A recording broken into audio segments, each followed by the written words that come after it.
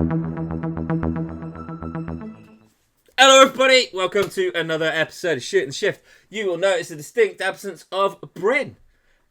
He's got some sort of death plague. We said that on a TikTok, like, yesterday or something. Which you would have seen, because that's where you click the test, right? Yeah, they've clicked the link in the description, gone to the website, gone down to the bottom of the page, and then it's all embedded in the website. But what else is on the website at the moment for, I don't know, shall I give them another week? Podcast announcement. I'll extend it for another week on that sale. Yeah? Alright, so it was going to end on the 9th. You've all now got until, what should we say? The 16th. So you got another week. I'm giving you another week. Go get discount. Every sticker on the website is 20% off. And then if you spend more than 20 quid, you get another 15% off. Bargain, right? Now, it's time for the news with Milton. Roll intro. Dun, dun, dun, dun, dun, dun. So, as most people noticed on the internet, James Dean is going back to America to show them how it's done. He's joined Team RTR with Von Getting Jr. and Chelsea Denova. Done some testing in Adam LZ's car.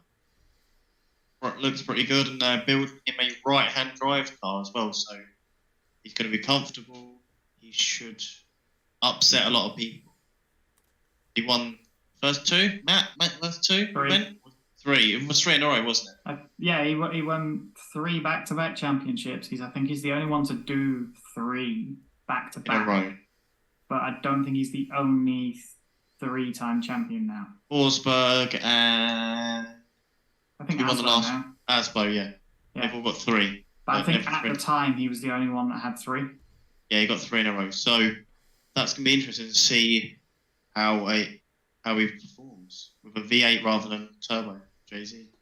Yeah, because he did a whole video, obviously, when he went out testing, and he was talking about getting used to not having to deal with boost, because obviously everybody knows the difference between, obviously, turbo cars and V8 NA cars is the torque is there, it's instant. You don't have to try and keep it in the high rev range to keep boost on and keep the throttle response.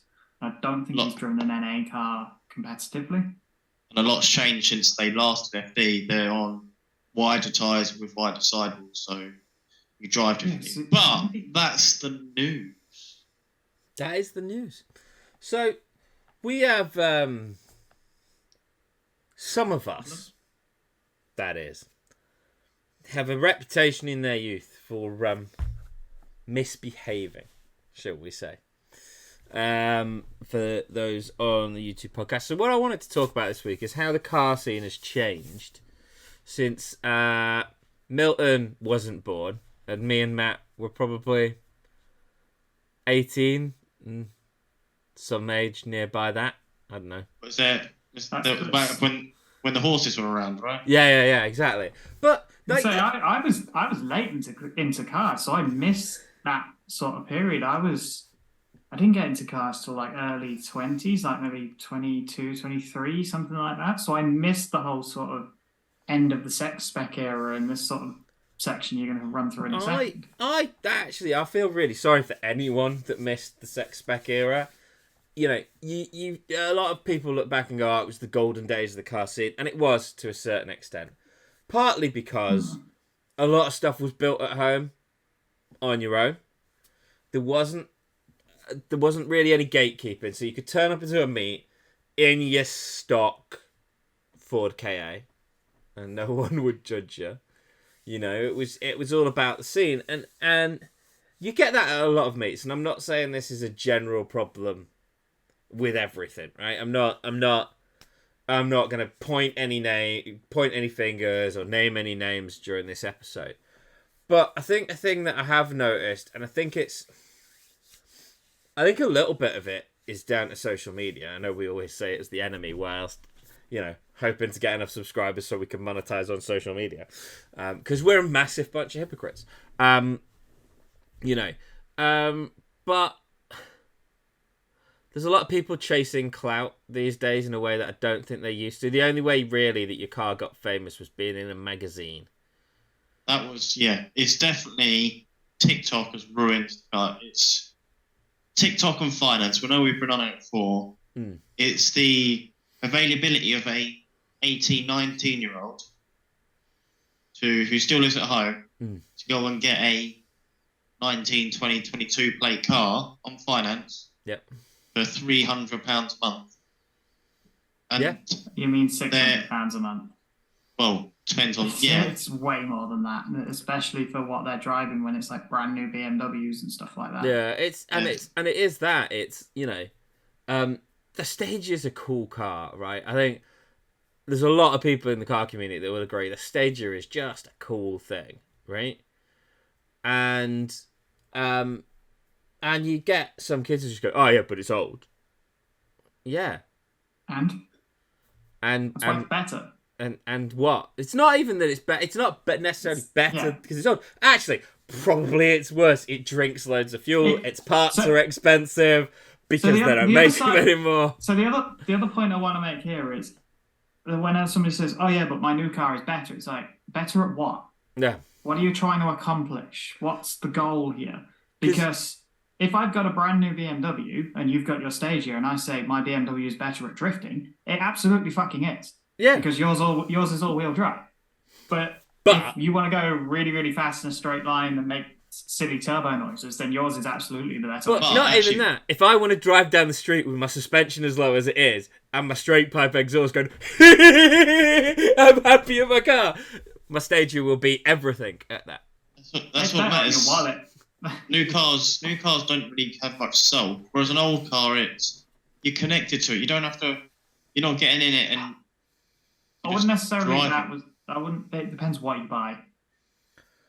I think it depends what you buy. All old cars have like the inherited ghosts of all the people that have died in them or something. I don't know. You know, but you know what I mean. Like, there's like all the little niggles that the driver before has never told you about. You're like, oh, it's got personality. This. Whereas, like, you buy a brand new BMW and it's got a problem and you just go, I'm returning this because it's broke. That personality you're talking about is when you find someone else's bodge and you have to then fix it. Yes. Or you're really impressed by it and go, I like that. That's why I think of that. Bodge. That's a Bryn bodge. It's a Bryn bodge. Is that what we're going with here? Okay. But they're good bodges. I think one of the other things you've got to think about is people that run YouTube channels don't help things. No. So I can't remember. It was some channel said this, and it might have been Drift Games. They were talking about doing builds and this sort of thing. It's like, to get views, as we know, you have to be putting out videos constantly. Which, if you're a channel where you're building cars, that means you have to build a car really quickly, really well, and then ship it off and get another one, and then do the same thing. And you get to a point where you stagnate doing the basic build, and then you have to do something stupid like Adam LZ's put a 4-rotor in a brand new Supra, for example. That's obviously the extreme end of things. But this is the other part of that, you know. You get things. So there's 2 points I want to pick up on from what Matt said, and the first one is, right, I've been a salesman my entire career, and the general rule of sales is you can pick 2 of 3 options: good, fast, and cheap. And what you do often see is fast and cheap builds on YouTube. Sometimes you see fast and cheap builds with 1,000 brake horsepower. And what they haven't done, and you notice this in some videos, they've not touched the brakes. And 1,000 brake horsepower with stock brakes on like a BM or something, what that's going to try and do at regular intervals is kill you. This is my point, where they're trying to just churn out builds because they've got to keep making videos. The builds or the videos suffer from it. Yeah. It's one or the other. One of them's going to have to yield, and quite often it is just the build. It also sets like an unachievable sort of expectation of, oh, he just bought new suspension, new wires fab kit. He's just rebuilt, just refreshed the motor. That's not refreshing an engine is a big job. It's engine out, which is a big daunting task for most people. I've still not done one, and I've been doing cars nearly 10 years now. Apart from Matt's sort of spot, but I was... Yeah. We was just sat at the back end messing about, though, weren't we, Milton? Chucking bolts at each other. It's a good point you make, though, because I watch Speed Academy on YouTube, and I was watching their quite recent S15 that they've been doing. And quite often they'll say, oh, yeah, they put on a downpipe off the turbo. And he's like, oh, yeah, we couldn't find one of these new, like, we've been looking for months. And you'd think, oh, yeah, actually, you've had this plan for months and months in advance. What you're seeing is the end result after they've done all this planning, all this collecting of parts, fitting the parts and filming it, then editing it, so much so that most of the time when you see something, even just if they've got a quick turnaround, it's still a week after they've actually done it. I think, and that speaks to another point, I have had multiple conversations with people, particularly in the last 5-6 years, in the car community, where I've gone, come hang out and stand with us lot, right? And the first words out of the mouth is, but my car's not ready.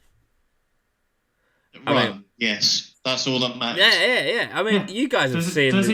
Is it road legal? Yeah, fucking bring it then. Do you guys remember that time? No, Matt. Matt doesn't have to bleep that. No. Is it road legal? Does it matter? Did Yakushi? I was there. Yeah, you can trailer it. Yeah. Has it got... It doesn't even matter if it's got an MOT with us, really, does it? I mean, you look at some of my stuff. Do you guys remember that show when we were drilling the boot on the Stagia to fit rivets? Because the spoiler tried to do a Brexit halfway on the road. I don't think I was at that. Bryn was there because I stole Bryn's drill to do it. Bryn was there. Well, good example. I took my supercharged car up to the world record attempts in 2019 for the most number of MX-5s together. Yeah. Supercharged belt snapped, and I spent the rest of the morning trying to fix it. And the guys that make the Rocketeer V6 kit. Yeah. I was trying to source some bolts to replace one of the ones that bent. They opened up their kit and went, here's some bolts. And I could fix it there and then. It's like, we've done that to shows before. In fact, if your car breaks at a show, go and find the guy with the ropiest looking car, and he's probably got a load of parts in the boot. Or just come and find us, we'll help you. Yeah. Any chance Bryn gets to look at a car and help fix it, he's there. And if I get a chance to hit anything with a hammer when I'm in a bad mood, I'm in a great place. You might also get a Fixed by Garage Bryn sticker if you're very lucky. It's an exclusive club. If you're extra lucky, I'll give you a hug. Or I'll make Matt give you a hug, because it's funny when I make Matt give people hugs. I hug Matt every time I see him. I know. Yeah. I just it's the look on his face. It's the look. It's not that Matt hates hugging people. It's the look on his face when I go, Matt, hug them. We've never met before, but okay. I think what we're alluding to here is that the car scene is better with the right people. Yeah, I think that's really important. You know, I have spent for my sins a lot of time on TikTok lately, advertising the clothing brands, trying to get some more money in so we could do some more cool stuff. And one of the things I've noticed is that, there's people going like, are you just falling out of love with the car scene? And every time I see the comments, it's the people. So are we back to the people are the problem? We're back to Bryn's. We're back no matter what the subject, people are always the problem. There's a couple. No, it's not just. Yeah, it's not. It is the people. I can't even deny it. There's a reason every time somebody writes a sci-fi fiction thing with an AI, the AI kills the world. All right, Google, calm down. I know. Yeah, Bing. Yeah, it was Bing that did that one, wasn't it? And to a certain extent, the car scene is a victim of its own success. The sex spec era birthed films towards the end of it, like the first Fast and Furious film. And those cars, like that, got people into the scene. That was people going, ooh, right?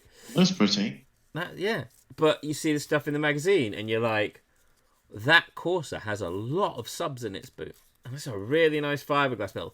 And, I'm talking about Corsas in a really good light here. You wouldn't think of that these days. You wouldn't go, that Corsa C looks mint. Because it's got some wheels. And it's had some thought and passion. It's not just air rider, big wheels, and that's it. That's your build. I think that some of the problem here is the stereotypes that's been attached to some cars.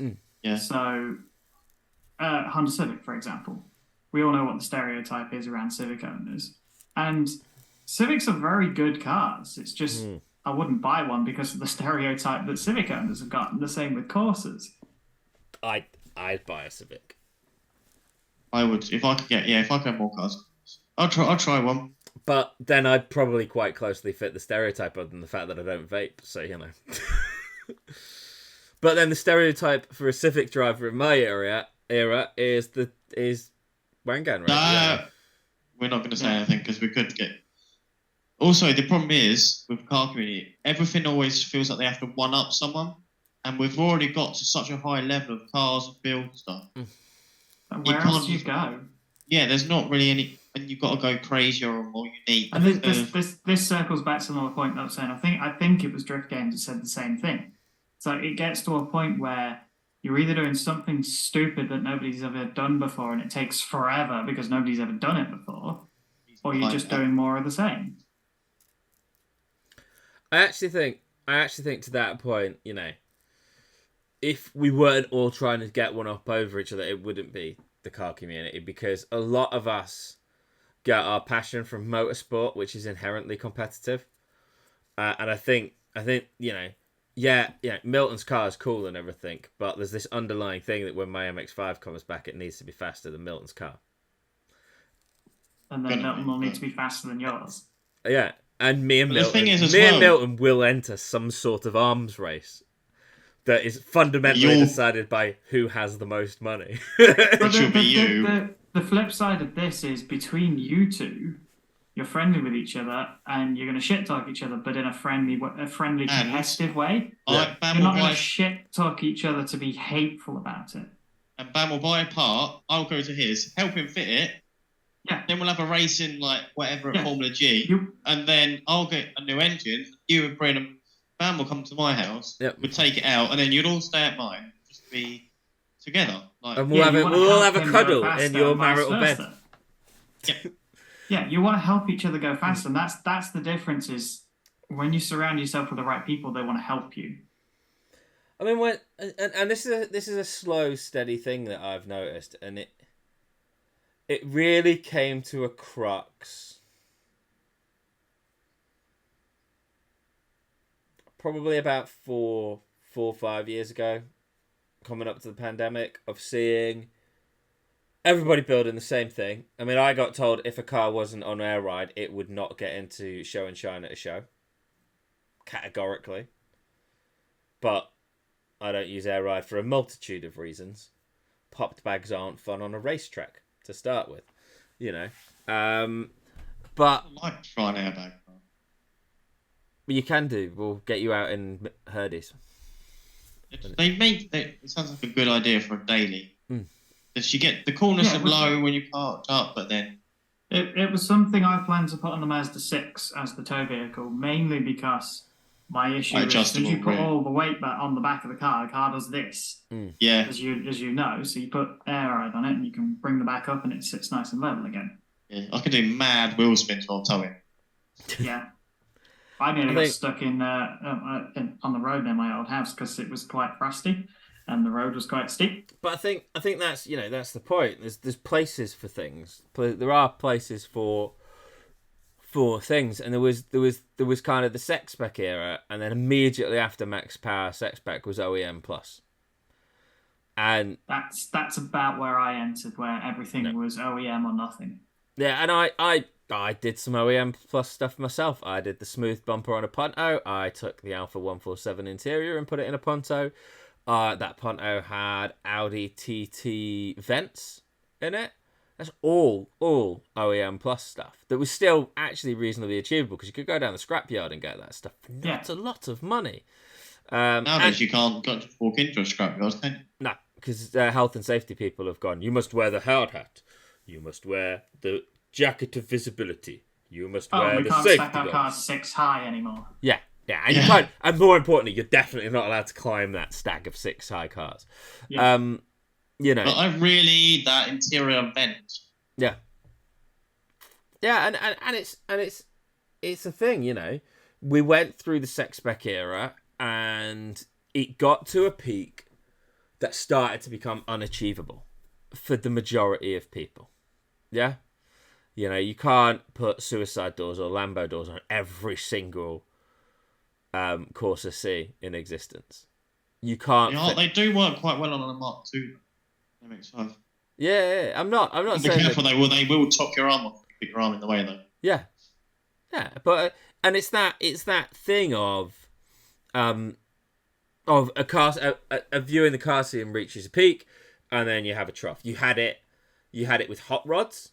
They got more and more and more and more and more garish, and then the rat rod scene existed rapidly. Yeah, because what's going to happen here is everybody's going to go, I can't do that. I'm just going to do something else that's cheaper.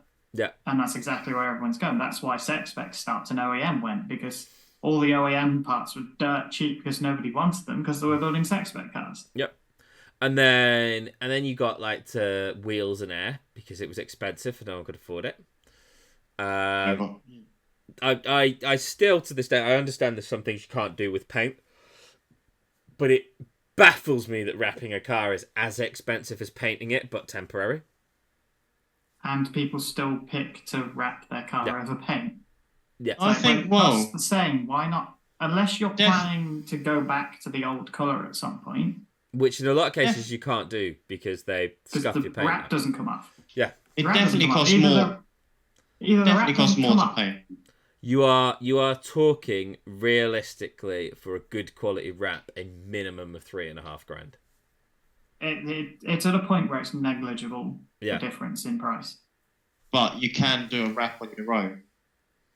Where it's quite hard to get such a good finish paint. Well, you can. The same applies to paint. Yeah, and it's also true. It's hard to get a good finish in vinyl. Like, you know, we play with vinyl all day, every day at VRS head office because we're making sun strips and everything, right? Oh yeah, they're not on the website yet. We're making sun strips. We're releasing them soon. Well, put it this way: we had to rewrap the roof on Nicole's Mazda 2. Yeah, it started lifting, it had cracked, and this is the other thing that vinyl doesn't do is last. And it was cracking, it was peeling, and like, okay, yeah, we need to replace this. So we peeled it off. And a roof is, it's curved in both directions, but it's relatively flat compared to one of the easy parts. Yeah, for all the curves on a car, it's one of the easier parts. Still got creases in it. Yeah, I've got to do the roof on the. I've got to do a roof on the Spike in vinyl because I'd like to thank the nice, kind person in Leeds who tried to steal a sticker off my car and damaged my paint as a result. And this is another reason that vinyl doesn't work better than paint. Because if your paint's not very good in the first place, when you peel the vinyl off, the paint comes with it. Yeah, I have learnt the lesson that the Spike has previously been resprayed as a result. But and getting to that point, you know, and then you go through everything being vinyl wrapped, and then you've got the Rocket Bunny era. Now, what Rocket Bunny did very, very well before people started making copies and clones of kits is, and RWB does really well. Yeah. Rocket Bunny like kept it exclusive for a bit. Ralph McGriff, what they actually managed to do is because they fit and travel the world fitting the kits themselves, no one's made a clone kit. They've made look-alike kits, but no one's made the exact kit. That's why it costs so much money, because you've got to fly people over, you've got to have the kit fitted by the company. You know, it's mental. You've got to provide for all of that. And there's sort of tiers within the car scene, and everybody wants to be in this elite top tier of show cars, right? They want to be winning trophies with their stuff. And or getting everyone to notice them. And this is going to be the crux. Back to social media. It's back to clout chasing. Clout chasing, back to that, you know. And I admit it, I like it when people recognise my builds. I like it when people can go, oh, Bam, it's Bam off the podcast. That was a really nice day when that happened to me and Matt. At the same time, we were like, oh, we're not just screaming into the void going, listen to our thoughts. Shout out to Will when we had about 180 subscribers who came over to us. And we both looked at each other and was like, somebody recognises us? What? It was a great 5 minutes of this is what famous might feel like one day. It took us both about 30 seconds to register what was going on. Yeah. It is an ego inflation, I will admit. People are like, hey, it's you. Yeah, and it's happening more frequently. I had it at Autosport. It definitely changes the way that people talk to me in the car community. When people realise that I'm on the board for Violent Running and I'm on the podcast and stuff like that, I get a very, very different response. And me and Milton really noticed this. Not even just people who didn't recognise, but the second when we were at Autosport looking for sponsors for the year on the Friday, and we went, we've got a podcast, we've got a YouTube channel, we do these bits of business as well. Immediately, the attitude, you saw their eyes light up. Yeah, the attitude changed quite dramatically. This is the thing. They're looking for sponsors, and I learned this really early on. Is sponsors want to be able to see that you've got reach and you can reach people, so that when you say, "Oh yeah, I'm working with such and such company," they know that you're going to reach X amount of people, and they've got to budget that into how much they're going to give you for how many people you're going to reach on their behalf. Yeah, and there's an element of that, and I'm guilty of this as someone who runs a small business. And we're bringing this back as well. We used to have the reps program. So we had an affiliate scheme of our own where you got a discount code for yourself and you got a commission on every sale you directed to the website. But then people go out and go, I'm sponsored by. You're a rep. You're an affiliate. We're not sponsoring you. Sponsorship with Violent Running looks like what Milton gets, which is, we'll get you to Autosport. I'll come and help you and hold your hand while we go around. And yes, Milton, I am still working on those emails for you from Autosport. Don't worry. It's a long process. These people, yeah? Those, don't plug them before we've got the money. He's gonna have to blur that now. That's a good thing, is just before you go in, say, look, I've bought your products before. Yeah. I really like them. Shout about them on the internet. Yeah. And then say, oh, actually, we've had like 5 or 6 people come. This is what I did with MTech. Yeah. And I went down to them, paid retail for my turbo and all the driving stuff. You have no idea how much giving a brand like Violent Running stuff for free for a while. So, and Milton did this very successfully with me till we started chucking money at some of the problems that needed sorted. Was go, actually, yeah, you can have your sticker on my car before we've got pennies at you. And I'll give you a couple of seasons and you can see what that looks like and how it works for you. And I even paid retail for this hat, my t-shirt. You did. My mug. He has. I'd like to clarify to everybody. He has a sponsorship discount code that he can use, and he just doesn't. Yeah. What? So we're on a tangent here about sponsorships, but one of the things that everybody should remember when they're going to ask somebody for a sponsorship is they're probably going to check their previous sales and check whether you're in there. Oh yeah. Oh yeah, we do. So, and this is the thing, right? We're back on topic again, Matt. So, as someone who runs a business in the car community, I'm gonna buy some of your stuff. Have you got a rep scheme? Yeah, I do. But you ain't bought anything or posted anything to do with our business yet. So I don't know what your posts repping our business look like. So, yeah, you better fill in that whole form because I'm going to look through your social media with a fine-tooth comb and go, have they done anything with any other brands before? What are they saying? What are they doing? So just one post, they got their stuff, and then that's it. Never heard it again. Yeah. And you look at the people that we do work with in that way. Big shout out to Neil Rooney as well. Rooney, the other week, just started posting pictures of his Violent Running t-shirt, the long sleeve that we did for him, for track days, because like everything's short sleeved in the thing, and he started posting it again. He's seen that we're active, we're pushing the brand out again, and he's gone and done that off his own back.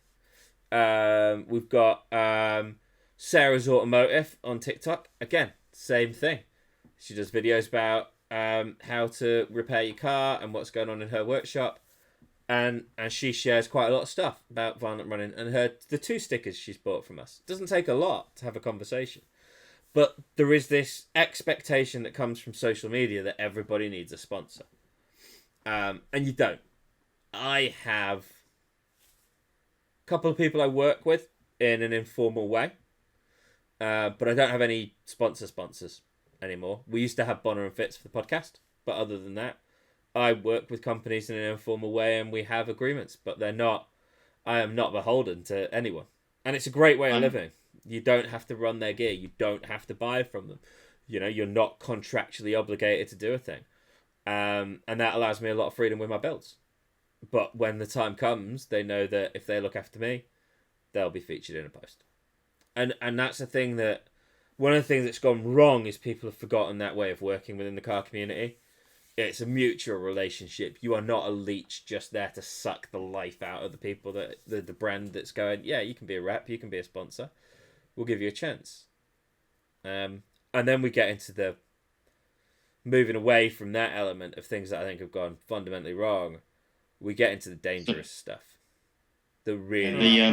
This is where clout chasing and social media shows its ugly side. Yeah.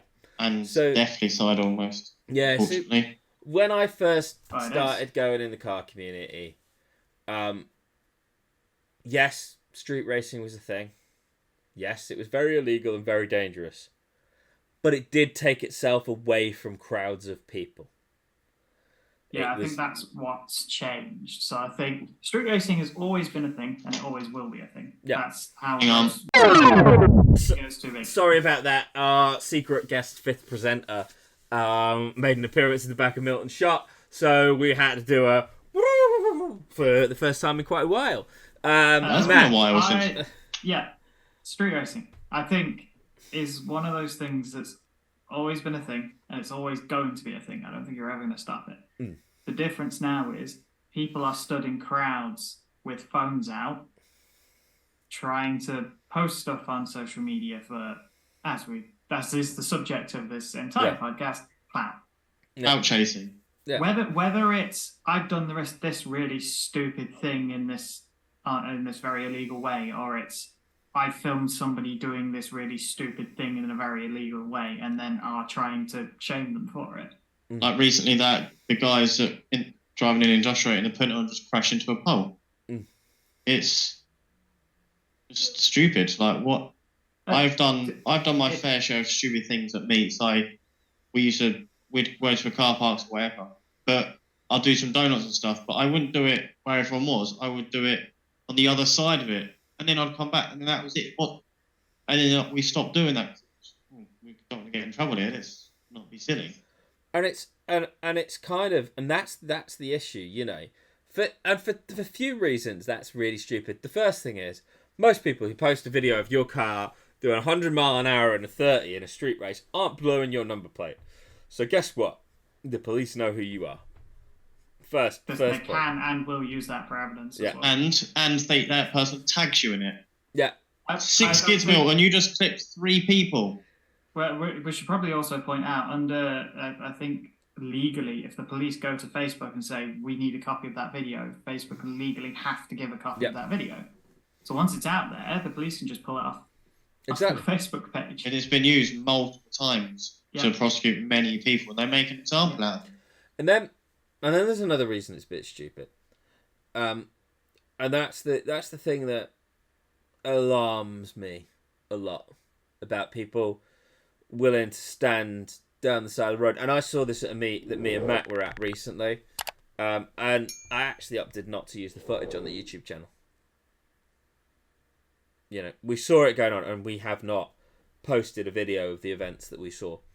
And I counted maybe 30, 40 people lining the side of the road, phones out, as close to the edge of the pavement as they could possibly get. Some of them stood in the road as cars were revving and doing rolling burnouts, not 200 yards from a police station.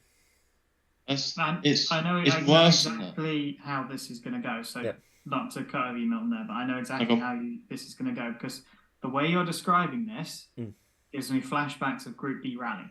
Yeah. Where people are standing right at the edge and they're leaning out and they're leaning out. And what's going to happen is they're just going to keep going out until they're in the middle of the road. And then the crowd will part as the car comes. And that's exactly how Group B rally used to be. You look up all the videos, they're all out there. Yeah. You see crowds of one person, and this is exactly what happened with Group B rallying. One person will make a mistake and they'll just plow straight through a crowd of 200 people. I think 200 people got injured and I think maybe 10 people got killed on the particular incident. But the difference here is it's not going to be a car through people into a field. It's going to be a car through people into a building, which means people are going to be trapped between a building and something solid, like a car and something solid. Yeah, it happened. It happened maybe last few years in my local town. They were parked, standing in basically there was 2 curbs separating 2 lanes, and that's it. And they were standing on there. And then the people were standing on the island, leaving a car park. So people leaving couldn't see the cars coming. 2 cars collided. They ploughed through a crowd of people. Or it's people leaving meets, doing donuts around roundabout, getting caught out and crashing. This happens with a kid recently. This the other problem though. It's not just the people that are standing at the side of the road with phones. It's the people driving the cars doing something to be filmed. Because they're egging each other on. Well, it's the other thing is, if I do this really sick skid coming out of this meet, they might put me in their YouTube video. That's another thing. So I'm calling Adam C out. Yeah. He antagonises, encourages people to do sick burnouts and things like that. And this is a categoric thing I'm going to say right now in the podcast. The only times you will see 6 skids and 6 burnouts is when we're at an event and it's on track. You know, it's a guaranteed way to not feature in our video. Yeah, 110%. You know, you could build an awesome car, and I look at some cars at meets. You know, when we went to the Tagiwa meet the other week, for example, Matt, your friend's MR2 is bonkers, absolutely bonkers, right? It's K-swapped in, isn't it? If I remember rightly. K24 turbo swapped. Yeah, K24's turbo swapped MR2. Unassuming, at the back of the meet, and Matt's just like, look at that. And I went round the corner and was like, ooh. Shiny. Witchcraft and wizardry has taken place. Because it was sat there in the corner not having the tits revved up, nobody paid any attention to it. They were all elsewhere. Exactly that. There is, and people have been killed because they've been stood too close to the road and someone's lost control of the car. In recent years, it's happened. There's been people injured. Life-changing injuries. There was one of the more recent ones I remember was MFN Nottingham. Someone tried to do a burnout in I think it was a GR Yaris. Yeah. And did he put it in reverse or something? I can't remember, but they lost control, went into a ditch and trapped somebody under the car in the ditch. Yeah. We don't condone that, and we don't blame the people standing there. And we are very sorry that they get hurt, but you play silly games, you're going to win silly prizes. Yeah. The problem is it's not all on the people standing there, but it kind of is. If nobody was stood there watching people leaving, they wouldn't do stupid shit when they leave. But it's also on the drivers because they're doing the stupid shit. In fact, I will say this. I am more prone to doing stupid shit when there's no one there. Because it's between me, the car, and the road then. Yeah? And that's a really important part of it. I think, I don't know if it's because of when I got into the car scene, you know, the Japanese car culture was a big thing and kind of the Kanjizoku whole philosophy, and that's the Civic drivers in Japan, their whole philosophy was, if you're going to have an accident, you put yourself into the wall and you definitely don't hurt a civilian.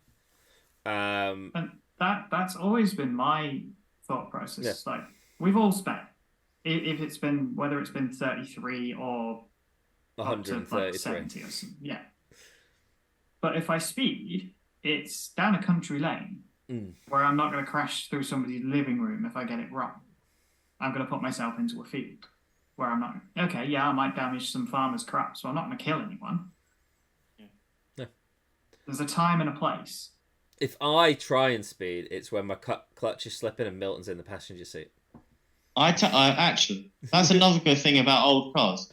That drive to Autosport, how fun was it in the stage of? Because you wanted to drive fast. Car wouldn't let you drive fast. So I had to tell you to slow down or easy bam. And it just made that hour and a half drive. Yeah. How quickly did you go? Because we weren't going any faster than 55 miles an hour on the motorway because my clutch was slipping whenever we went over 55 miles an hour. Or in any gear or any. Yeah. We just it had character and it was fun. Yeah, I think that's the thing. Like, I think the thing that has ruined the car scene is social media. I think there's too much. It's a double-edged sword, isn't it? Yeah, there's too much instant gratification of, oh, I liked this. Oh, I liked that. Somebody liked my picture. I'll do that again. I'll get more likes if I do that. Yeah. And it's a like real easy trap to fall into. I know, because I do all the marketing for Violent Running myself, and I go, oh, somebody liked that. I'll do that again. Yeah. And brings it back to one of our stickers. Fuck likes, be happy. Exactly. Fuck likes. Available here or here. Spotify users that side. If you point about a third of the way up your screen, down, on your other side. There you go. And then off that way. There you go. He's now holding. Anyway, yeah. For the Spotify users, we just plugged the. Yeah, www.violentRunning.co.uk. /stickers /HTTPS. /categories/stickers. The point of this entire podcast is basically stop doing. Is to plug the fuck likes be happy sticker, obviously. Yeah, stop doing what the internet wants you to do. Just do whatever makes you happy. Yeah. But buy our stickers, and we are technically the internet right now. So do one thing the internet wants you to do, and that's buy sick merch from Violent Running. Also, I might caveat that with, because if you buy our merch and then do something stupid, BAM will come and peel all of your stickers off the car. I will. I'll do that. And you agree to that when you pay for it. I've changed the T's and C's now. They're a bit more normal. I did have a chat with a legal representative who told me technically I couldn't do that, and it was theft. So, I took it out of the T's. No, you're not saying you're going to take them. You're just taking them off the car. No, the terms and conditions did state that Violent Running would repossess.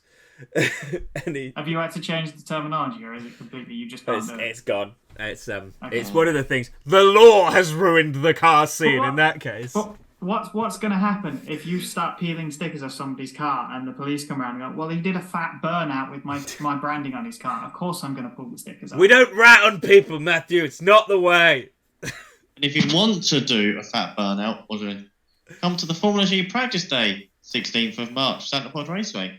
FormulaG.com. Which sadly I will not be at, because I have to do responsible. 16th of March. Is it 16th of March? That's a Thursday. 16th. Do you mean the 18th, the Saturday? It probably is the 18th. That sounds seems more likely. Yeah. Let me get the plug right. I can't find calendar. You can't find Canada? Yeah, Canada. It's just Canada, It's just a bit north of the United 19th States. 19th of March. 19th of March. There you go. So that's Sunday. Sadly, I will not be there filming. I've got important family commitments that I've got to go to. But I'll be there marshalling and helping. Milton will be there. John will be there. There is probably money to exchange hands because it costs money to put Formula G on. Well, yeah, usually for spectators. Occasionally at Formula G, you may see a Violent Running trade stand. Well, what I'm also thinking is my exhaust is being done very close to Santa Pod. Oh. If I can happen to get picking it up around the same time, and might pop in.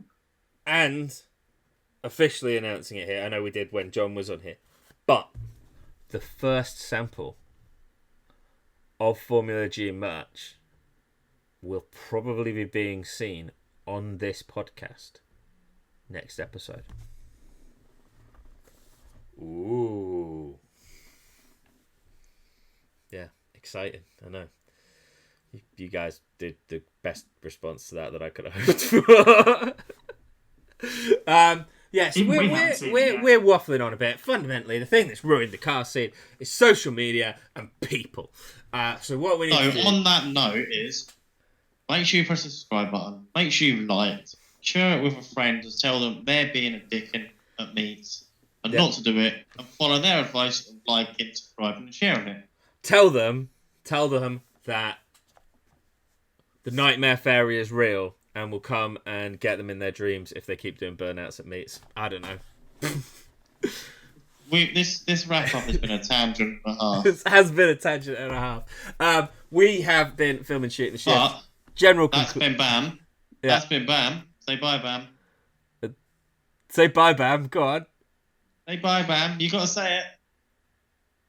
You're pointing at Matt, which is why I'm waiting for Matt to say bye. Yeah, see, on our screens, you're in a different place, so that doesn't quite work as well as Milton thinks it does. Well, So- On my screen, you're pointing at Bam. well, that person above me to one side is Bam. Bye, everyone. The other person is Matt. Bye. I'm Milton. And social next media is time. killing the car community. Bye. Let's get the last word in. Dick.